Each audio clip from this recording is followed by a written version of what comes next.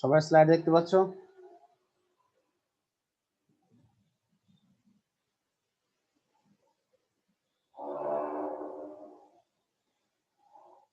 সবাই স্লাইড দেখতে পাচ্ছ? রেসপন্স করো।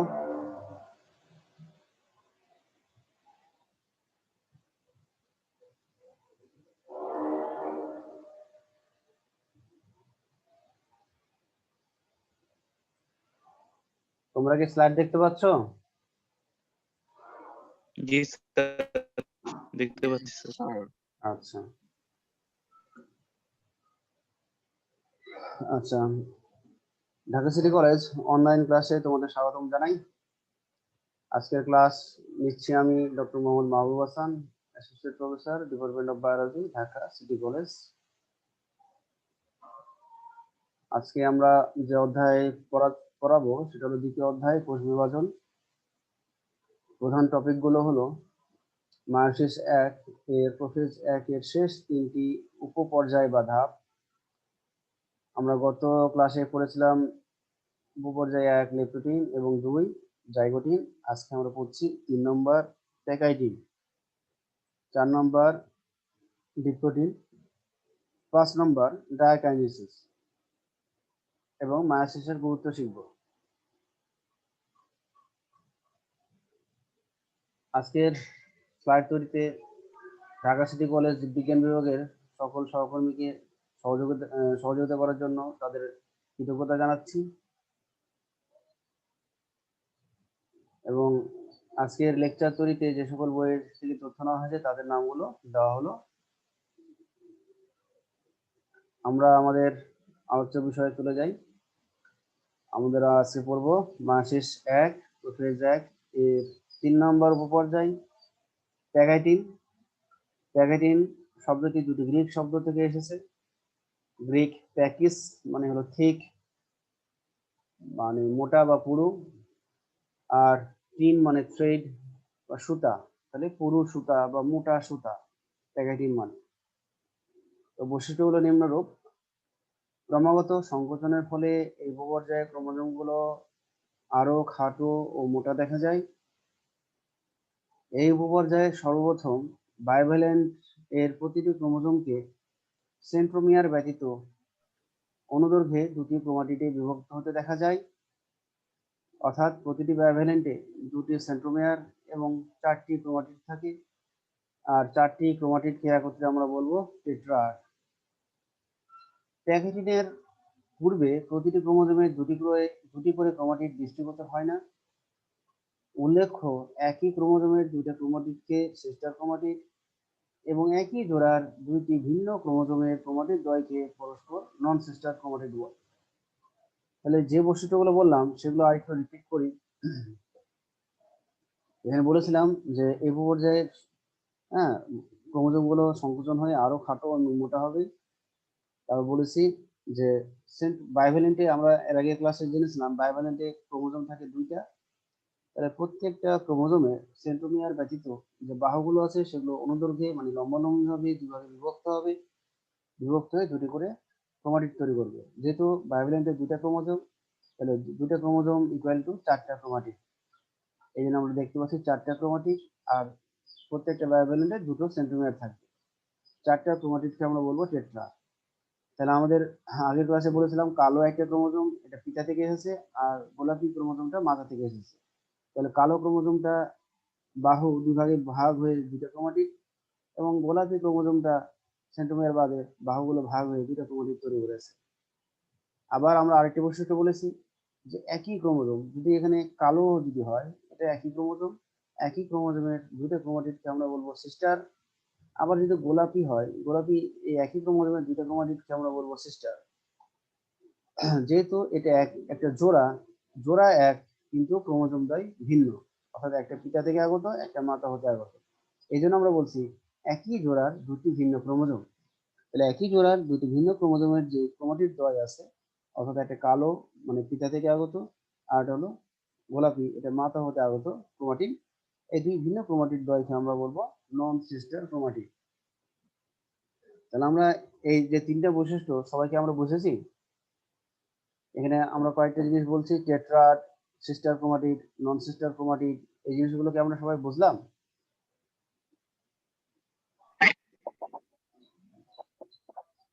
শেষের দিকে কিন্তু আমি আবার ধরবো, বা ক্লাসের মাঝেও ধরতে পারি।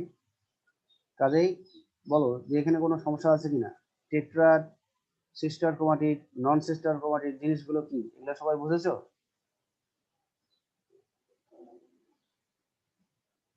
আচ্ছা, এবার আমরা আরেকটা বৈশিষ্ট্যে যাই। এই ভূপর্যায়ের শেষের দিকে বাইভ্যালেন্টের যে কোনো দুটি নন সিস্টার ক্রোমাটিড সম্ভবত একই স্থানে ভেঙে গিয়ে পুনরায় একটির সাথে অন্যটির জোড়া লাগে। এর ফলে ওই জোড়ার স্থানে ইংরেজি এক্স আকৃতির মতো একটি অবস্থা বা গঠন দেখা যায়। দুটি নন সিস্টার ক্রোমাটিডের এক্স আকৃতির জোড়া স্থলকে এক বচনে কাজমা, বহু বচনে কাজমাটা বলা হয়। নন সিস্টার, হ্যাঁ হ্যালো বলো। নন সিস্টার ক্রোমাটিডের মধ্যে পরস্পর অংশের বিনিময়কে ক্রসিং ওভার বলে। আচ্ছা, এটা আমি এই বৈশিষ্ট্যটা আবার বোঝাই।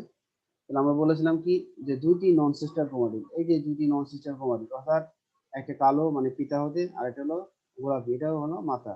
তাহলে দুটি নন সিস্টার ক্রোমাটিডের মধ্যে কি হবে, যে একই স্থানে ভেঙে যাবে। একই স্থানে ভেঙে যাওয়ার কারণে একই স্থানে, সরি, এটার ডায়াগ্রামে চলে আসছে না।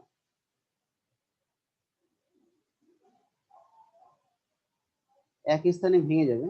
একই স্থানে ভেঙে যাওয়ার কারণে কি কি হবে, যে এর মধ্যে এই যে কালো যে ক্রোমাটিডের স্থান এবং গোলাপি যে ক্রোমাটিড আছে একই স্থানে বরাবর ভেঙে যায়, এবং সেখানে ভেঙে যেয়ে আবার সেখানে জোড়া লেগে যায়, এবং এই স্থানটাকে আমরা বলবো ইংরেজি এক্স আকৃতির মতো। এই জন্য আমরা বলবো এক্স আকৃতির এই গঠনটা হলো কাজমা। আর এই কাজমা নামক স্থানেই সৃষ্টি হবে ক্রসিং ওভার। তাহলে এটা হলো দুটি নন সিস্টার ক্রোমাটিড, আর দুটি নন সিস্টার ক্রোমাটিডের ঠিক একই স্থান বরাবর ভেঙে যায় এবং জিনের বিনিময় ঘটে।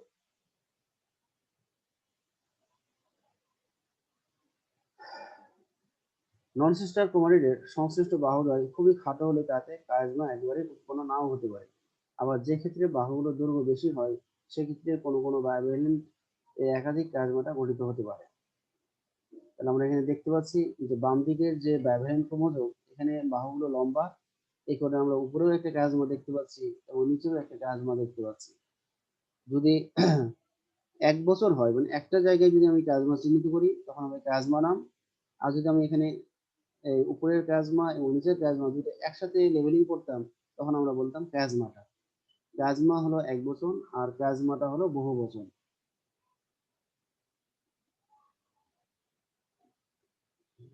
আর আমরা ডান সাইডের যে বায়োভ্যালেন্ট ক্রোমোজোম দেখতেছি, এখানে আমরা নিচের দিকে শুধু আমরা একটা জায়গায় প্লাজমা দেখতে পাচ্ছি, আর উপরের বাহুগুলো ছোট হওয়ার কারণে উপরের বাহুগুলোর মধ্যে কোনো প্লাজমা তৈরি হয় না, উপরেটা কিন্তু ফাঁকা আছে।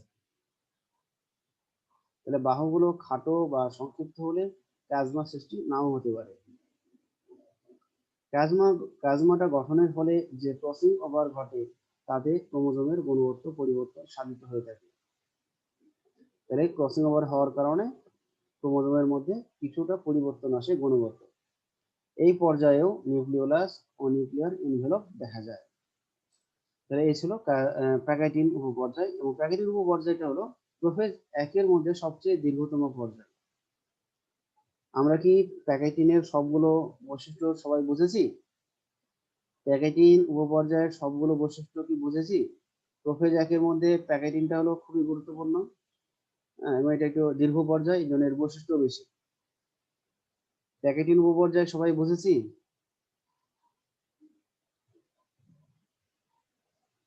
কারণ আমরা 5টা উপপর্যায় শেষ করলে তোমাদের মধ্যে থেকে কিন্তু আহ, এক একটা উপপর্যায়ের বৈশিষ্ট্য আমি কিন্তু জানতে চাইবো। কাজেই তোমরা ভালো করে বৈশিষ্ট্যগুলো বুঝো। আমরা এবার 4 নম্বর উপপর্যায়ে যাব। মায়াসিস এক প্রোফেজ একের 4 নম্বর উপপর্যায় ডিপ্লোটিন। এটি দুটি গ্রিক শব্দ থেকে এসেছে। গ্রিক ডিপ্লোস মানে ডবল, আর টিন মানে থ্রেড মানে সুতা। তাহলে ক্রমাগত সংকোচনের ফলে ক্রোমোজোম গুলো এই উপপর্যায়ে আরো খাটো ও মোটা হতে থাকে। বাইভ্যালেন্টের ক্রোমোজোম দ্বয়ের মধ্যে পারস্পরিক বিকর্ষণ শুরু হয়। এরা বিপরীত দিকে সরে যেতে চেষ্টা করে, কিন্তু প্লাজমাটার স্থানে বাধাপ্রাপ্ত হয়। তাহলে আমরা এই বাম দিকে যে ক্রোমোজোমটা তাহলে দেখছি, উপরের দিকে হ্যাঁ উপরের দিকে সরে যাওয়ার কারণটা মানে কেন উপরের দিকে সরে যেতেছে? এর হ্যাঁ, মধ্যে কি কোনো আকর্ষণ থাকে? না না আকর্ষণ হবে, এখন বিকর্ষণ শুরু হবে। আচ্ছা এখন দেখো, এই যে মাঝখানে যে আমরা দেখতে পাচ্ছি বায়োভ্যালেন্ট ক্রোমোজোমের যে দুইটা সেন্ট্রোমিয়ার, এখানে তো বায়োভ্যালেন্টের দুইটা জি। ক্রোমোজোম আছে, দুটো ভিন্ন ক্রোমোজোম আছে, একটা পিতা একটা মাতা হতে হ্যাঁ। হবে। তাহলে এই দুটো ভিন্ন ক্রোমোজোমের মাঝখানে সেন্ট্রোমিয়ার, এই সেন্ট্রোমিয়ার হতে বিকর্ষণটা শুরু হয়ে যাবে। এই যে আমরা এখানে বলতেছি হোমোলগাস ক্রোমোজোমের বিকর্ষণ, এই বিকর্ষণ সেন্ট্রোমিয়ার বরাবর শুরু হয়, এবং সেন্ট্রোমিয়ার বরাবর শুরু হওয়ার পর এই বিকর্ষণ আস্তে আস্তে বাহুর দিকে চলে যায়। আর বাহুতে কি কিন্তু আছে? স্যার, ক্যাজমা আছে। হ্যাঁ, বাহুতে আছে ক্যাজমা। এখানে এখানে হ্যাঁ যে এখানে থাকবে, হ্যাঁ এখানে বল। দেখা যাচ্ছে হলো আপনি হলো দুইটা লাল রঙের আর দুইটা হলো কালো রঙের, মানে একটা মানে পুংগামির একটা স্ট্রিং ওইভাবে ধরছেন। না তাহলে না, এখানে কি এই ছোট যে আর বড়গুলো আছে না, এগুলো ফুলগুলো কি? সিস্টেমের না, এটা হলো পিতা হতে আগত আর এটা হলো মাতা হতে আগত। হ্যাঁ, তো কিন্তু এখানে এখানে ছোট একটা দেখা যাচ্ছে, বড় একটা দেখা যাচ্ছে, তাই না? হ্যাঁ তো এখানে হ্যাঁ ছোট লালটার সাথে কি লালটাই হবে আর কালোটার সাথে কালোটাই হবে? হ্যাঁ হ্যাঁ হ্যাঁ। তাহলে এখানে যেহেতু বাম দিকের যে বায়োভ্যালেন্ট ক্রোমোজোম আছে, এখানে ওর বাহুগুলো লম্বা, ক্রোমাটিড বাহুগুলো লম্বা, জি। এই কারণে উপরে একটা প্লাজমা এবং নিচে একটা প্লাজমা আছে, এবং বিকর্ষণ শুরু হয়েছে হ্যাঁ, সেন্ট্রোমিয়ার বরাবর, এবং এটা আস্তে আস্তে ক্রোমাটিড বাহুর দিকে বিস্তৃত হয়েছে। কিন্তু বাহুর দিকে বিস্তৃত হওয়ার ফলে দেখা যায় যে উপরেও প্লাজমা আছে, নিচেও প্লাজমা আছে, সেই জায়গাতে বাধাপ্রাপ্ত হবে। ঠিক আছে, এই জি। জন্য আমরা বলছি এখানে কায়া জমাটা এটা কি? প্লাজমাটা হলো সংযোগ। ওখানে তোমার কি হবে, ওখানে যে সংযোগ। পিতার ক্রোমাটিডের কিছু অংশ এবং মাতার ক্রোমাটিডের কিছু অংশ বিনিময় হয়, প্রথমে ভেঙে যাবে হুম। এক স্থানে, ভেঙে যে পিতার ক্রোমোজোমের ক্রোমাটিডের কিছু অংশ মাতার ক্রোমাটিডে যাবে, মাতার ক্রোমাটিডের কিছু অংশ পিতার ক্রোমাটিডে যাবে, ওই জায়গাটা সংযুক্ত থাকে। ঠিক আছে, এই সংযুক্ত স্থানে তোমার কিছু জিন বিনিময় হয়। যখন সংযোগ হয় তখন বলবো প্লাজমা, আর যখন জিন বিনিময় হয়ে যায় তখন বলবো ক্রসিং ওভার। ঠিক আছে কিন্তু তাহলে, এখানে যে ডিপ্লোটিন, হ্যাঁ হ্যাঁ ডিপ্লোটিন, এটা যতক্ষণ, কি ডিপ্লয়েড থেকে এসেছে? কোনটা ডিপ্লো, ডিপ্লো ডিপ্লোটিন। না, ডিপ্লোটিন ডিপ্লয়েড থেকে আসেনি। ডিপ্লো মানে হলো ডিপ্লোজ, মানে গ্রিক শব্দ ডিপ্লোজ থেকে আসে দ্রবণ, এবং হ্যাঁ, টিন মানে হলো থ্রেড মানে সুতা, এটা হলো ডিপ্লোটিন, সুতা। এটা গ্রিক মিনিং। আর এখানে আমরা বলছি পিগমেন। যে এই যে বিকর্ষণ শুরু হয়েছে যেহেতু সেন্ট্রোমিয়ার থেকে, ঠিক আছে, এই বিকর্ষণ একই সঙ্গে জি। কয়েকটি স্থানে শুরু হতে পারে, তবে দুটো সেন্ট্রো ক্রোমোজোমের যে দুটো সেন্ট্রোমিয়ার এখান থেকে বিকর্ষণটা শুরু হবে, এবং পরবর্তীতে এরা আস্তে আস্তে চলে যাবে প্রান্তের দিকে। বিকর্ষণটা আস্তে আস্তে প্রান্তের যে ক্রোমাটিড আছে বা কায়াজম আছে সে সমস্ত স্থানে চলে যাবে। আর হ্যাঁ, বিকর্ষণ কিন্তু যখন, এখানে হ্যাঁ বলো। এখানে কি মানে একের অধিক কি আসার সম্ভাবনা আছে? হ্যাঁ হ্যাঁ, সম্ভাবনা আছে। এখানে তো আমরা বাম দিকে কয়টা কয়টা জায়গায় কায়াজমা দেখেছি, বাম দিকের বাইভ্যালেন্টে দুইটা। দুইটা, এখানে তিনটা হতে পারতো যদি বাহুগুলো আরো বড় হতো, উপরের বাহুগুলো যদি আরো বড় হতো, তাহলে আরো একটা জায়গায় কাজমা হতে পারতো। ঠিক আছে, যেহেতু দুইটা এখানে কাজমা, দুইটা জায়গায় যেহেতু কাজমা হয়েছে, এই কারণে ভিতরে একটা গহ্বর তৈরি হয়েছে লুপ, এই গহ্বরটার নাম লুপ। যদি হ্যাঁ, উপরে আরো একটা কিন্তু কাজ, এখানে হ্যাঁ, হ্যাঁ বলো। এখানে একের অধিক কি মানে কোষগুলো আসলে এখানে কি মানে ডিপ্লোটিনটা ক্ষতিগ্রস্ত হওয়ার সম্ভাবনা থাকে একের একের অধিক অধিক আসলে? কোষ না তো, একের অধিক কোষ না, এখানে তো ক্রোমোজোম আসবে, ক্রোমোজোম চারটেও আসতে পারে, হ্যাঁ, ক্রোমোজোম, ক্রোমোজোমের কথাই বলতেছি। হ্যাঁ ক্রোমোজোম চারটেও আসতে মানে পারে, একের অধিক ছয়টাও আসলে আসতে কি? পারে। এটা প্রজাতি তো প্রজাতি হ্যাঁ, নির্ভর করে। আমরা যে এটা পড়াচ্ছি সেখানে স্টার্টিং এ ক্রোমোজোম ছিল চারটা। ঠিক আছে, এখানে হ্যাঁ, ক্রোমোজোমের যে সংখ্যাটা সেটা প্রজাতি থেকে প্রজাতি ভিন্ন হতে পারে। আমরা যেহেতু চারটা দেখাচ্ছি, আমরা প্রত্যেকটা স্টেজে এই চারটা দিয়েই আমরা শেষ করব। আমি প্রথম স্টেজে ও, লেপ্টোপ্রিন্টে দেখালাম চারটা, আবার জাইগোটিনে দেখালাম ছয়টা, তা কিন্তু হবে না। ওই চারটা বলেছি, চারটা দিয়ে আমাকে শেষ করতে হবে। যদি আমি ওখানে ছয়টা দিয়ে শুরু ও, করতাম, ছয়টা দিয়ে শেষ করতে হবে। হ্যাঁ, নিজের ইচ্ছা মতো এটা দেওয়া যাবে না, ক্রোমোজোম সংখ্যা নিজের ইচ্ছা মতো দেওয়া লিমিট যাবে থাকে, না। তুমি যদি, মানে লিমিট থাকে ওখানে একটা। হ্যাঁ, স্টার্টিং এ তুমি যদি দুইটা দাও, তাহলে প্রত্যেকটা স্টেজে তোমাকে দুইটা করে দেখাতে হবে। ঠিক আছে, তাহলে মনে করো মানে লেপ্টোপ্রিন্ট, প্রথম ধরা অনুযায়ী ধরতে হবে, মানে আমি হ্যাঁ প্রথম যেটা ধরবো সেই হ্যাঁ, অনুযায়ী মনে নিয়ে করো আসতে হবে লেপ্টোপ্রিন্টে তুমি যদি স্যার বিশ্লেষণগুলো। দুইটা কি স্যার, একটা থেকে স্যার চারটা হচ্ছে না এখানে? না না, না না, এক লেপ্টোপ্রিন্টে আমরা জোড়া কয়টা থাকে হবে। ক্রোমোজোম নিয়েছিলাম, লেপ্টোপ্রিন্টে দুইটা। কয়টা স্যার ক্রোমোজোম দুইটা। নিয়েছিলাম? চারটা, চারটা। দুইটা পিতা থেকে আগত, স্যার চারটা। হ্যাঁ দুইটা পিতা চারটা। থেকে আগত, দুইটা মাতা থেকে স্যার, আগত। স্যার এখানে যা, স্যার এখানে যে চারটা দেখা যাচ্ছে স্যার, এটা স্যার ওই এই একটা বাইভ্যালেন্ট থেকে হয়েছে না স্যার? না না, এখানে আমি বলছি লেপ্টোপ্রিন্ট আর জাইগোটিনটা আরেকটু বলছি আমি। লেপ্টোটিনে ছিল তোমার 4টে ক্রোমোজোম, কিন্তু যখন জাইগোটিন হলো তখন 4টা ক্রোমোজোম কি হয়েছে যে ওই 4টে ক্রোমোজোমের মধ্যে 2টা ছিল পিতা হতে আগত আর 2টা ছিল মাতা হতে আগত। তাহলে বড় 2টা ক্রোমোজোম, এই 2টা ক্রোমোজোম মিলে জাইগোটিনে একটা বায়োভ্যালেন্ট তৈরি করেছে, আর ছোট 2টা ক্রোমোজোম এই 2টা মিলে একটা বায়োভ্যালেন্ট তৈরি করেছে। তাহলে আমরা যেহেতু স্টার্টিং এ 4টে ক্রোমোজোম নিয়েছিলাম, জাইগোটিনে এসে বায়োভ্যালেন্ট হলো 2টা, কিন্তু ক্রোমোজোম কিন্তু 4টাই আছে। বায়োভ্যালেন্ট হয়েছে 2টা, কিন্তু জি, ক্রোমোজোম কিন্তু জাইগোটিনে 4টাই আছে, অর্থাৎ 2টা বড় ক্রোমোজোম, 2টা ছোট ক্রোমোজোম। ঠিক ছোট আছে? ক্রোমোজোম। আবার যদি আমরা মনে হ্যাঁ, করতাম যে না, আমি স্টার্টিং এ 6টা ক্রোমোজোম নিব, তাহলে বায়োভ্যালেন্ট যখন জাইগোটিন হতো, বায়োভ্যালেন্ট হতো কয়টা? 3টা। ঠিক আছে? 3টা জি, মনে করো বড় ক্রোমোজোম হ্যাঁ, থাকতো, 3টা ছোট, সরি, হয়তো দুই মানে যদি 6টা হয়, 6টার মধ্যে মনে করো 4টে বড় ক্রোমোজোম দেখাতাম, 2টা ছোট ক্রোমোজোম দেখাতাম, বা 4টা ছোট ক্রোমোজোম, 2টা বড় ক্রোমোজোম, এরকম করে দেখাতাম। ঠিক আছে? হুম, হ্যাঁ স্যার বুঝতে পারছি। আচ্ছা, এখন আমরা স্টার্টিং এ জয়টা নিব। আমি স্টার্টিং এ 4টা নিলাম, কিন্তু আমি জাইগোটিনে দেখালাম যে আমি 4টা বায়োভ্যালেন্ট হয়ে গেছে। তাহলে তো হলো না, কারণ আমি স্টার্টিং এ 4টে ক্রোমোজোম নিয়েছি। তো জাইগোটিনে তাহলে 4টে বায়োভ্যালেন্ট মানে কয়টা ক্রোমোজোম? জাইগোটিনে 8টা ক্রোমোজোম। 8টা ক্রোমোজোম, কিন্তু আমি স্টার্টিং যখন ছবি আঁকি লেপ্টোটিন, ওখানে কি আমি 8টা ক্রোমোজোম নিয়েছিলাম? না স্যার। না, 4টে ক্রোমোজোম নিয়েছিলাম। তাহলে আমার ছবি আঁকানোটা ভুল হয়ে গেল না? জি, হ্যাঁ, কাজেই এগুলো ইচ্ছা মতো দিবা না। হ্যাঁ, প্রথম যেটা আমরা আঁকবো, আমাদের যত কম সংখ্যক দেবো, আমাদের সময় কম তত লাগবে। আমি 8টা ক্রোমোজোম দিয়ে করতে পারি, কিন্তু আমার 8টা ক্রোমোজোম দিয়ে আমি নিজেই বিপদে পড়ে যাবো। হ্যাঁ, পরবর্তী আমি নিজেই মিলাতে পারবো না। এই জন্য আচ্ছা এখানে কি মানে পরীক্ষায় লেখার সময় এই চিত্রগুলো কি বাধ্যতামূলক দিতেই হবে? হ্যাঁ, যদি এই বৈশিষ্ট্য ক্ষেত্রে? আসে তখন তো তোমাকে এই চিত্রগুলো লিখতে হবে। ও, হ্যাঁ, তুমি আচ্ছা, এখানে 2টা ক্রোমোজোম দিয়েও দিতে পারো। লেপ্টোটিনে তুমি 2টা ক্রোমোজোম দিয়েও দিতে পারো। তবে 2টা ক্রোমোজোম দিয়ে আচ্ছা, করলে একটা অসুবিধা কি? সুবিধা হবে। তুমি যে হয় একটা জায়গায় কাজমা দেখাতে পারবা, অথবা 2টা জায়গায় কাজমা দেখাতে পারবা। কিন্তু 2টা ও, জায়গায় কাজমা দেখালে কেমন, আর একটা জায়গায় কাজমা দেখালে কেমন, এটা তুমি ডিসক্রাইব করতে পারবা না। তা কি পারা যাবে? না স্যার। হ্যাঁ, এইজন্য 4টে ক্রোমোজোম দিয়ে দেখানোটাই ভালো। কারণ 4টে ক্রোমোজোমে আমি একটা দিয়ে দেখাবো যে 2টা জায়গায় কাজমা থাকলে কেমন দেখায় চিত্রটা, আর আরেকটা চিত্রে দেখাবো যে একটা জায়গায় কাজমা থাকলে চিত্রটা কেমন দেখায়। ওকে? জি, আচ্ছা, আমরা কোথায় ছিলাম? ডিপ্লোটিনে ছিলাম, তাই না? হুম, আচ্ছা, এখন আমরা আসবো যে বিকর্ষণের ফলে দুটি কাজমার মধ্যবর্তী অংশে লুপ তৈরি হয়। যেহেতু আমরা বাম দিকে দেখতে পাচ্ছি উপরে একটা কাজমা এবং নিচে একটা কাজমা, এই জন্য মাঝখানে একটা গহ্বর বা লুপ তৈরি হয়েছে। যদি ডান দিকের বাইভেলেন্ট ক্রোমোজোমটা দেখো, নিচে একটা জায়গায় কাজমা, কিন্তু উপরে কোনো কাজমা নাই, মানে ফাঁকা। এই জন্য এখানে কিন্তু কোনো লুপ তৈরি হবে না। ঠিক আছে? এখানে যদি হ্যাঁ। দুইটা দুটা জায়গার চেয়ে যদি 3টা জায়গায় কাজমা হতো, তাহলে কয়টা লুপ তৈরি হতে পারতো? জি এখানে স্যার আরেকবার বলেন। এখানে প্লাজমা আছে কয়? বাম দিকে যে ভাইব্রেন্ট ক্রোমোজোমটা আছে, এখানে প্লাজমা আছে কয় জায়গায়?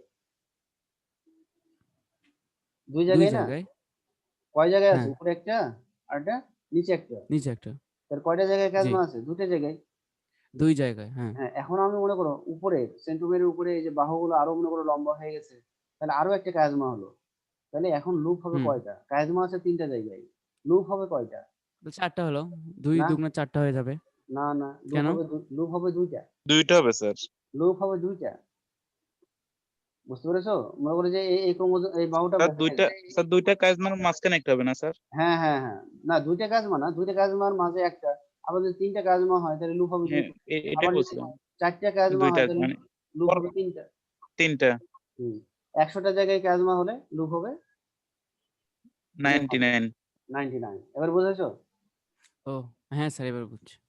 আচ্ছা। এরপরে আমরা আসবো যে কাজমাগুলো স্পষ্ট হয় এবং ক্রমান্বয়ে প্রান্তের দিকে সরে যেতে থাকে। এই ঘটনাকে প্রান্তীয়করণ বলা হয়। তাহলে আমরা যেহেতু বলতেছি যে বিকর্ষণ শুরু হয়ে গেছে, আর বিকর্ষণটা আস্তে আস্তে প্রান্তের দিকে চলে যাচ্ছে, প্রান্তে যেহেতু কাজমা আছে ওখানে তো আটকে যাচ্ছে, আর কাজমা আস্তে আস্তে এরকম সেও চাপে পড়ে প্রান্তের দিকে সরে যায়।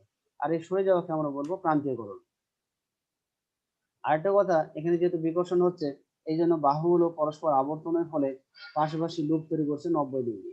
বাম দিকের যে বাইভ্যালেন্ট ক্রোমোজোমটা আছে, এটা খেয়াল করো যে বিকর্ষণটা মনে করো সেন্টিমিটার বরাবর হয়েছে, সর্বোচ্চ বিকর্ষণ হয়েছে, যার ফলে এই ভিতরে যে গহ্বর বা ভিতরে যে লুপটা আছে এটা অনেকটা চতুর্ভুজের মতো দেখাবে। যার ফলে এই লুপের প্রতিটি কোণ 90 ডিগ্রি হবে। আমরা যদি সেন্টিগ্রেডের এখানে ধরি 90 ডিগ্রি হবে, আমরা যদি বাহুর মধ্য ধরি 90 ডিগ্রি হবে। ঠিক আছে, তাহলে লুপের যে 4টা কোণ আছে এই 4টে কোণের প্রতিটি হবে 90 ডিগ্রি যদি কাজমা দুটো জায়গায় হয়। আবার কাজমা ডান দিকে যেমন দেখো কাজমা একটা জায়গায় হয়েছে, উপরের অংশে কিন্তু কাজমা নাই, তাহলে এখানে যে সর্বোচ্চ বিকর্ষণ হয় তাহলে এটাও নিচে সরলরেখায় চলে যাবে, এটাও সরলরেখায় চলে যাবে, আটকে থাকবে শুধু কাজমা।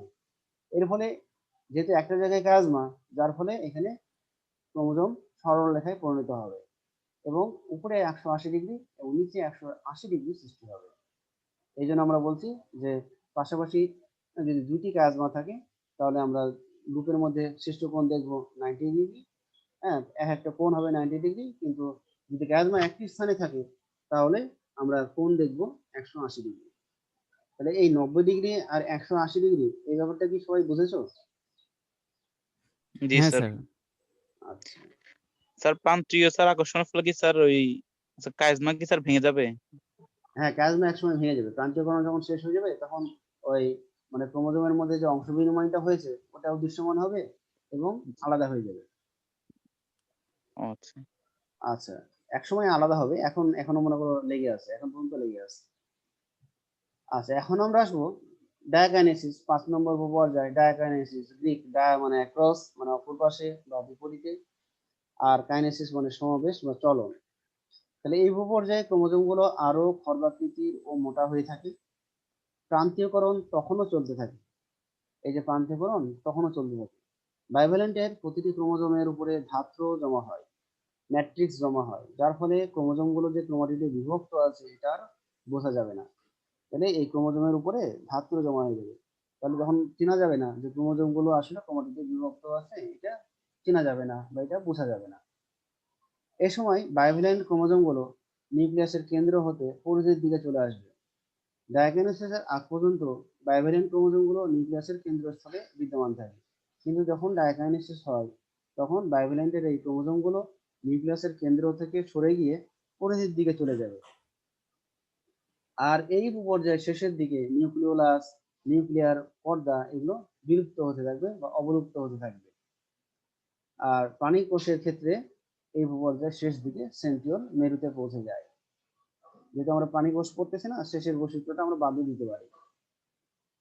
আমরা এখানে দেখতে পাচ্ছি যে লুপ্তপ্রায় নিউক্লিয়ার এনভেলপ যে নষ্ট হয়ে যাচ্ছে, আর এখানে আমরা দেখতে পাচ্ছি ক্রোমাটিডের অংশের বিনিময় হয়েছে, মানে কি এখানে ক্রসিং ওভার হয়েছে, যার ফলে পিতার কিছু জিন মাতার ক্রোমোজোমে এসেছে এবং মাতার কিছু জিন পিতার ক্রোমোজোমে গেছে। আচ্ছা, এই ডায়াকিনেসিস এটা সম্পর্কে কারো জিজ্ঞাসা থাকলে বলো।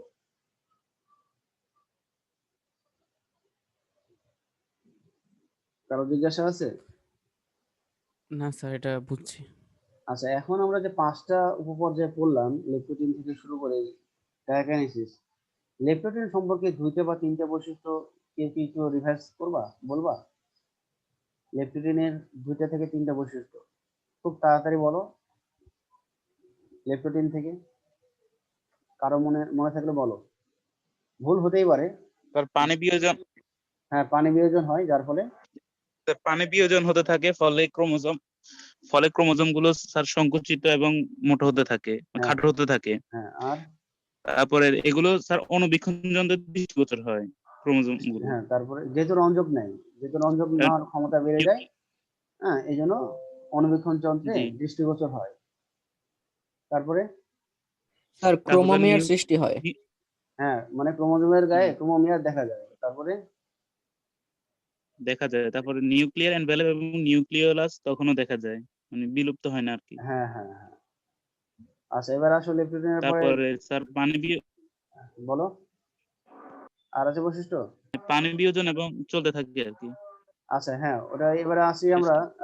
তোমার এই রোলটা বলো, যে বললা তার রোলটা বলো। স্যার 1170। 70, আচ্ছা, থ্যাংক ইউ। আচ্ছা, এবার আসি আমরা জাইগোটিনের বৈশিষ্ট্যগুলো কি একটু বলো, জাইগোটিনের বৈশিষ্ট্য কেউ একটু বলো, ক্রস করো। স্যার আমি বলি, কে বলো, স্যার নাম বলো। হোম জি স্যার আব্দুল আল মাহমুদ। আচ্ছা, বলো। স্যার হোমোলোগাস ক্রোমোজোম গুলো স্যার মানে জোড়া লাগে, হ্যাঁ জোড়া গঠন করে। তারপর হ্যাঁ হোমোলোগাস ক্রোমোজোম গুলোর একটি আসে পিতা থেকে এবং একটি আসে মাতা হুম, থেকে। হুম, তারপর হোমোলোগাস ক্রোমোজোম গুলো জোড়া সৃষ্টি হওয়াকে সিন্যাপসিস বলা হুম, হয়, হুম, হুম। এবং ক্রোমোজোম গুলো জোড়া হওয়াকে বাইভ্যালেন্ট বলা হয়, এবং একটি বাইভ্যালেন্টে 2টি ক্রোমোজোম থাকে। মানে জোড়াকে আমি বলবো বাইভ্যালেন্ট, আর জোড়া সৃষ্টি হওয়াকে বা বাইভ্যালেন্ট প্রক্রিয়াকে সিনাপসিস। সিন্যাপসিস। হ্যাঁ, তারপরে ক্রোমোজোমের গায়ে ক্রোমোইয়ার গুলো মানে এই পর্যায়ে দেখা যায়। দেখা যায়, তারপরে নিউক্লিয়ার মেমব্রেন, নিউক্লিওলাস দেখা যায়। উম, মানে দেখা যায় স্যার। আচ্ছা, থ্যাংক ইউ, সুন্দর হয়েছে। আচ্ছা, এবার আসো প্যাকেটিং। প্যাকেটিং সম্পর্কে কেউ বলো। স্যার প্যাকেটিং তো স্যার আজকে পড়াইছেন, এই জন্য হ্যাঁ স্যার আছে, মনে নেই। কারো মনে থাকলে বলো, আমি তো ফোর্স করছি না। কারো যদি দুই তিনটা বৈশিষ্ট্য মনে থাকে বা টার্ম গুলো মনে থাকে, সেগুলো বললেও হবে। কারো মনে আছে প্যাকেটিং সম্পর্কে? কারণ তো আমরা তো লেকচার গুলো আগে দিয়ে দিই, তাই না? লেকচার গুলো কেউ পড়েছো কিনা সেটা আমি একটু জানার চেষ্টা করছি, যে কেউ পড়ছো কিনা। স্যার আরেকবার রিভিশন দিলে হয়তো বলতে পারবো। আচ্ছা, প্যাকেটিন প্যাকেটিনটা আমি বাইর করে তাহলে প্যাকেটিনটা কি কি বলেছিলাম। এই উপপর্যায়ে কি হবে, ক্রোমোজোম গুলো আরো খাটো এবং মোটা হবে, তাই না? তারপরে বলেছিলাম যে বাইভ্যালেন্টের যে ক্রোমোজোম আছে, প্রত্যেকটা ক্রোমোজোম তার সেন্ট্রোমিয়ার বাদে বা সেন্ট্রোমিয়ার ব্যতীত বাহুগুলো লম্বালম্বি বা অনুদৈর্ঘ্যে বিভক্ত হবে, দুই ভাগে বিভক্ত হবে। আর এই বিভক্ত অংশগুলোকে আমরা বলবো ক্রোমাটিড। তাহলে এরকম একটা বাইভ্যালেন্টে 4টা ক্রোমাটিড হবে, আর এই 4টা ক্রোমাটিডকে আমরা বলবো টেট্রাড। তাহলে এরকম একটা বাইভ্যালেন্টে 4টা টেট্রাড থাকবে আর 2টা থাকবে সেন্ট্রোমিয়ার। আমরা বাইভ্যালেন্টে যদি একটা ক্রোমোজোম চিন্তা করি, তাহলে একটা ক্রোমোজোমের 2টা ক্রোমাটিডকে বলবো সিস্টার। আর যদি আমরা বলি যে 2টা ভিন্ন ক্রোমোজোমের, হ্যাঁ, একই জোড়ার 2টি ভিন্ন ক্রোমোজোমের যে 2টা ক্রোমাটিড দল, অর্থাৎ একটা কালো একটা হলো গোলাপি ক্রোমাটিড, তখন তাকে আমরা বলবো নন সিস্টার ক্রোমাটিড। ঠিক আছে? আর এই নন সিস্টার ক্রোমাটিডের, স্যার হ্যাঁ বলো। স্যার টেট্রয়েড আর ক্রোমাটিড এই দুইটার মধ্যে পার্থক্য কি? টেট্রাড আর ক্রোমাটিড, ক্রোমাটিড হলো একটা ক্রোমোজোমের 2টা বাহু অংশ। ঠিক আছে? একটা ক্রোমোজোম 2টা ক্রোমাটিড নিয়ে গঠিত। একটা ক্রোমোজোম কয়টা ক্রোমাটিড নিয়ে গঠিত? 2টা। স্যার দুইটা। আর একটা ক্রোমোজোম, সরি, একটা বায়োভ্যালেন্ট সমান কয়টা ক্রোমোজোম? একটা একটা ভাইবেলেন্স সমান দুইটা দুইটা দুইটা ক্রোমোজোম। একটা বায়োভ্যালেন্ট দুইটা সমান, ক্রোমোজোম। কয়টা ক্রোমোজোম? 2টা ক্রোমোজোম। আর আমরা জি একটু স্যার। আগে জানলাম যে 2টা যদি ক্রোমোজোম হয়, আর প্রত্যেকটা ক্রোমোজোমে কয়টা ক্রোমাটিড বাহু আছে? দুইটা করে। 2টা। স্যার দুইটা। তাহলে একটা বায়োভ্যালেন্ট সমান 2টা ক্রোমোজোম, আর 2টা ক্রোমোজোম ইকুয়াল টু কয়টা ক্রোমাটিড বাহু? 4টি। গুড, 4টা ক্রোমাটিড বাহু। যখন আমরা এরকম দেখবো যে একটা বায়োভ্যালেন্টে 2টা ক্রোমোজোমে 4টা ক্রোমাটিড আছে একসাথে, তখন এই 4টা ক্রোমাটিডকে একসাথে আমরা বলবো টেট্রাড। ঠিক আছে? তাহলে 2টা ক্রোমাটিড থাকলে আমরা কিন্তু জি। টেট্রাড বলবো না, 4টা ক্রোমাটিড থাকতে হবে। হ্যাঁ, তখন আমরা তাকে কি বলবো? টেট্রাড। এবার কি বুঝেছো ক্রোমাটিড আর টেট্রাড পার্থক্য? জি স্যার।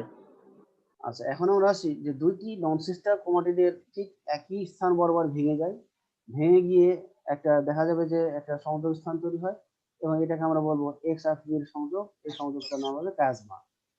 এবং এই সংযোগ মানে এই প্লাজমা যখন হয়ে যাবে, প্লাজমার পরপরই শুরু হয় জিনের অংশ বিনিময়। আর জিনের এই অংশ বিনিময়কে আমরা বলবো ক্রসিং ওভার। ঠিক আছে? এই যে আমরা পরবর্তী যে এটা বলবো ক্রসিং ওভার।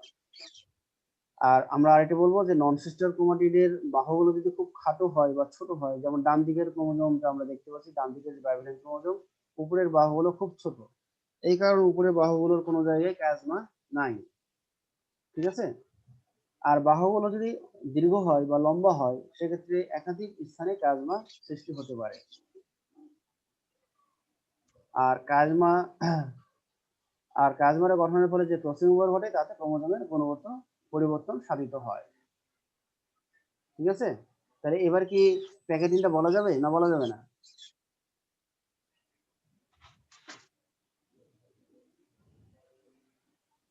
এবার প্যাকেটিংটা বলা যাবে? আচ্ছা, ঠিক আছে, নেক্সট। বলতে পারবা কেউ? আচ্ছা, নেক্সট ক্লাসে আমি ধরবো, ঠিক আছে। আজকে আমি আবার এই প্যাকেটিং থেকে আবার ডিপ্লোটিনটা আবার বুঝাই দিই। তাহলে ডিপ্লোটিনটা বললাম কি, ক্রোমোজোম গুলো আরো খাটো মোটা হবে। বাইভ্যালেন্ট ক্রোমোজোমদের মধ্যে পরস্পর বিকর্ষণ বেড়ে যায়, বিকর্ষণ সেন্ট্রোমিয়ার হতে শুরু হয় এবং পরে বাহু পর্যন্ত চলে যায়।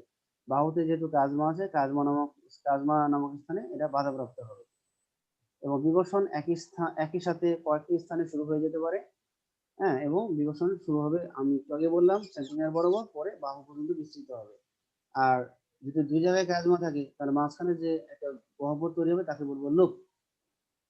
আর কাজমা গুলো স্পষ্ট হবে, আর ক্রমান্বয়ে প্রান্তের দিকে কাজমা সরে যাওয়াকে বলবো প্রান্তীয়করণ। আর দুই বা ততোধিক বাহুর আবর্তনের ফলে, হ্যাঁ, পরস্পর আবর্তনের ফলে যদি লুপ হয়, সেই লুপের প্রত্যেকটা কোণ হবে 90 ডিগ্রি। আর যদি একটা জায়গায় কাজমা হয় তাহলে কি হবে, যে লুপ হবে না, কিন্তু কোণ সৃষ্টি হবে 180 ডিগ্রি। ডায়াকিনেসিস, এখানেও ক্রোমোজোম গুলো আরো খাটো এবং মোটা হবে, প্রান্তীয়করণ চলতে থাকবে। আর ক্রোমোজোমের উপরে ধাত্র জমা হওয়ার কারণে, হ্যাঁ, ক্রোমোজোম গুলো যে ক্রোমাটিডে বিভক্ত আছে সেটা দেখাবে না। একসময় বাইভ্যালেন্ট ক্রোমোজোম গুলো নিউক্লিয়াসের কেন্দ্র থেকে পরিধির দিকে চলে আসবে এবং শেষের দিকে নিউক্লিওলাস ও নিউক্লিয়ার পর্দা অদৃশ্য হয়ে যাবে বা অবলুপ্তি ঘটবে। এবার আমরা আসবো মায়োসিসের গুরুত্ব বা তাৎপর্য বা প্রয়োজনীয়তা। জনন কোষ উৎপাদন। মায়োসিসের ফলে জনন কোষ বা গ্যামেট উৎপন্ন হয়, তাই যৌন জননশীল জীবে মায়োসিস না ঘটলে বংশবৃদ্ধি সম্ভব নয়। ঠিক আছে, যেমন আমরা হলাম ডিপ্লয়েড জীবদেহ, তাহলে আমাদের যখন বয়ঃসন্ধিকালীন হয় তখন আমাদের শুক্রাণু, মেয়েদের ক্ষেত্রে ডিম্বাণু উৎপন্ন হয়। আর এই শুক্রাণু আর ডিম্বাণু কি, এটা জনন কোষ। তাহলে আমাদের দেহে মায়োসিস না ঘটলে কখনোই আমরা গ্যামেট তৈরি করতে পারতাম না। ক্রোমোজোম সংখ্যা ধ্রুব রাখা। প্রজাতিতে বংশানুক্রমে ক্রোমোজোম সংখ্যা ধ্রুব রাখার প্রক্রিয়াটি মায়োসিসের কারণে সম্ভব হচ্ছে। হ্যাপ্লয়েড জীবের জাইগোটে এবং ডিপ্লয়েড জীবের জনন মাতৃকোষে মায়োসিস না ঘটলে পিতামাতা হতে সন্তান সন্ততিতে ক্রমাগতভাবে পুরুষানুক্রমে ক্রোমোজোম সংখ্যা 2 গুণ, 4 গুণ, 8 গুণ, 16 গুণ এভাবে বৃদ্ধি পেয়ে জীবজগতের আমূল পরিবর্তন ঘটে যেতে পারত। তাহলে এটা কিভাবে সম্ভব? মনে করো আমাদের, যেমন আমি হলাম পুরুষ বা তোমরা হলো পুরুষ, তাহলে আমাদের যখন মায়োসিস ঘটে জীবদেহে বয়ঃসন্ধিকালীন সময় বা তারপরে, তখন কি হয়, আমাদের শুক্রাণু উৎপন্ন হয়। এটা কার কারণে হয়েছে? মায়োসিসের কারণে হয়েছে। তাহলে আমাদের মাতৃকোষে ছিল 2 সেট ক্রোমোজোম, আর যখন শুক্রাণু আমরা তৈরি করছি তখন কয় সেট ক্রোমোজোম থাকতেছে, কে বলতে পারবা? Sir 2 set. না, যখন মায়োসিস হয় আমাদের ডিপ্লয়েড কোষ, তাহলে স্যার ডিপ্লয়েড 4 সেট। না, একটু মাথা ঘামাও। আমরা হলাম ডিপ্লয়েড জনন মাতৃকোষ, এখন বর্তমানে আছি, কিন্তু যখন আমরা শুক্রাণু তৈরি করবো, স্যার শুক্রাণু তৈরি এক সেট হবে এক তাহলে। সেট এক সেট হবে। গুড, কে বললো এক সেট? স্যার বিনয় 1202। গুড, এক সেট হবে। তাহলে আমরা যখন মায়োসিস হবে আমাদের জনন মাতৃকোষে, তখন শুক্রাণু হবে এক সেট।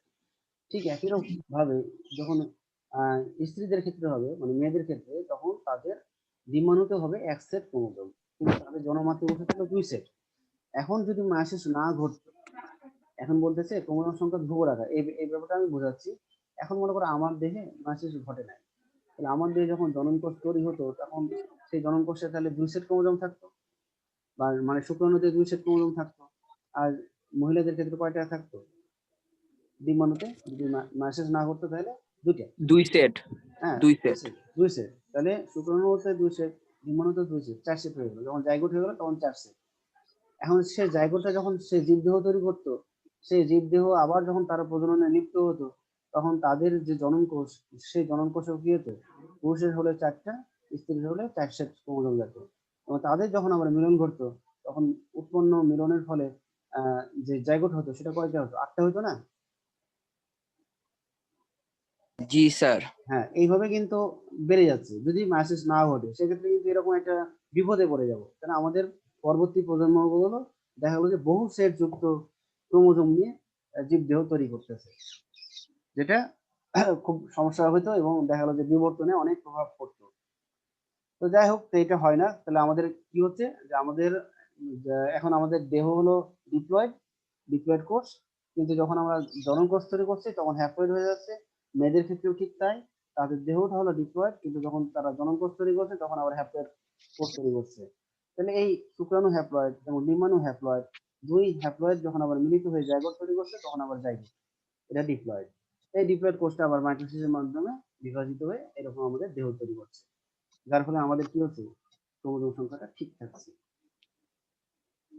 বৈচিত্র্য আনয়ন, যৌন জননশীল কোনো দুটি জীবী হুবহু একই রকম হয় না। পৃথিবীতে প্রায় 700 কোটি মানুষ একজন আরেকজন থেকে বিভিন্ন বৈশিষ্ট্যে ভিন্নতর। মাসিস প্রক্রিয়ায় গ্যামেটে ক্রোমোজোমের স্বাধীন বিন্যাস এবং ক্রসওভারের কারণে পৃথিবীতে এসব বৈচিত্র্যের উৎপত্তি ঘটেছে। আমরা প্রত্যেকেই কোনো না কোনো মা বাবার সন্তান। তাহলে আমাদের দেহের মধ্যে যে বৈশিষ্ট্যগুলো আছে সেই বৈশিষ্ট্যগুলো মা এবং বাবার উভয়ের বৈশিষ্ট্য রয়েছে।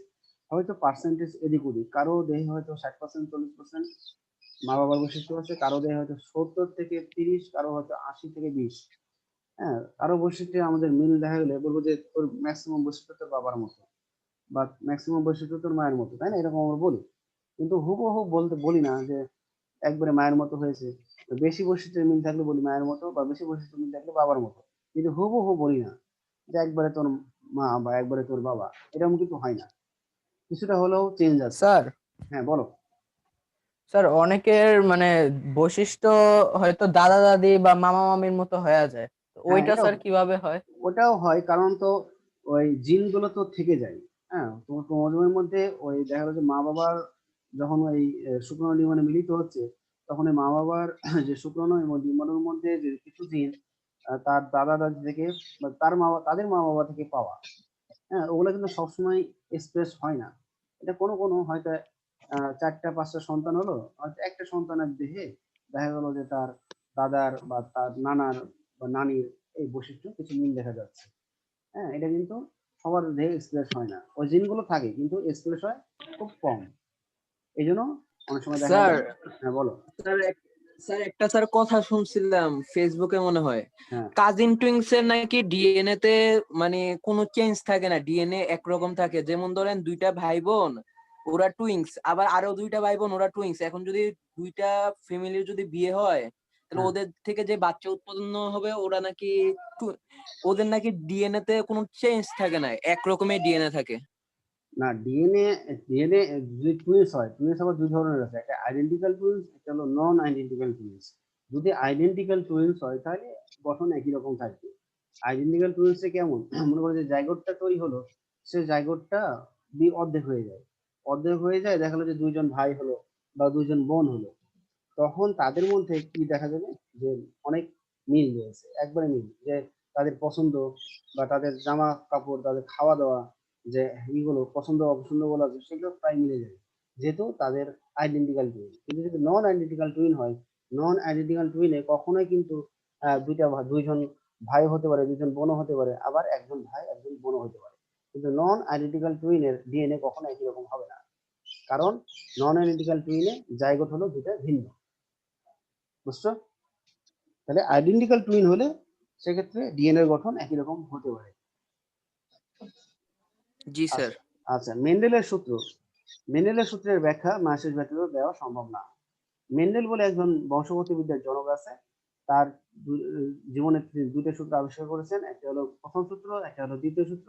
তো সূত্রের বিষয়বস্তু এখন আমরা জানাচ্ছি না, ওটা আমরা জেনেটিক্স চ্যাপ্টারে আমরা ওই ওটা সম্পর্কে জানবো। এবার আসি যৌনক্রম। যে সকল জীবের জীবনচক্রে যৌনক্রম আছে সেখানে মাসিস প্রত্যক্ষ ভূমিকা পালন করে। তো যৌনক্রম জিনিসটা কি, যে যেসব জীবের জীবনচক্রে পর্যায়ক্রমে হ্যাপ্লয়েড থেকে ডিপ্লয়েড দশা অথবা ডিপ্লয়েড দশা থেকে হ্যাপ্লয়েড দশার আবির্ভাব ঘটে তাকে যৌনক্রম বলে। ঠিক আছে? তাহলে যেমন ফার্ন উদ্ভিদ, ফার্ন উদ্ভিদ আমরা সবাই দেখেছি, ফার্ন উদ্ভিদটা ছোট গাছের মতো, সেটা তার ডিপ্লয়েড দশা। কিন্তু দেখা গেল যে এই ডিপ্লয়েড দশা একসময় কি হয়, হ্যাপ্লয়েড দশায় পরিণত হয়, কারণ হ্যাপ্লয়েড দশাটা হলো তার যে হৃৎপিণ্ড আকৃতির গঠন বা প্রোথালাস, সেটা তার হ্যাপ্লয়েড দশা। অর্থাৎ জীবনচক্রে হ্যাপ্লয়েড এবং ডিপ্লয়েড দশা উভয়ই জীবিত থাকবে, তাকে আমরা বলবো যৌনক্রম। তাহলে যৌনক্রম আমরা সবাই বুঝেছি। জি স্যার। আচ্ছা, জি স্যার। তো আজকের মতো ক্লাস শেষ, আর বেশি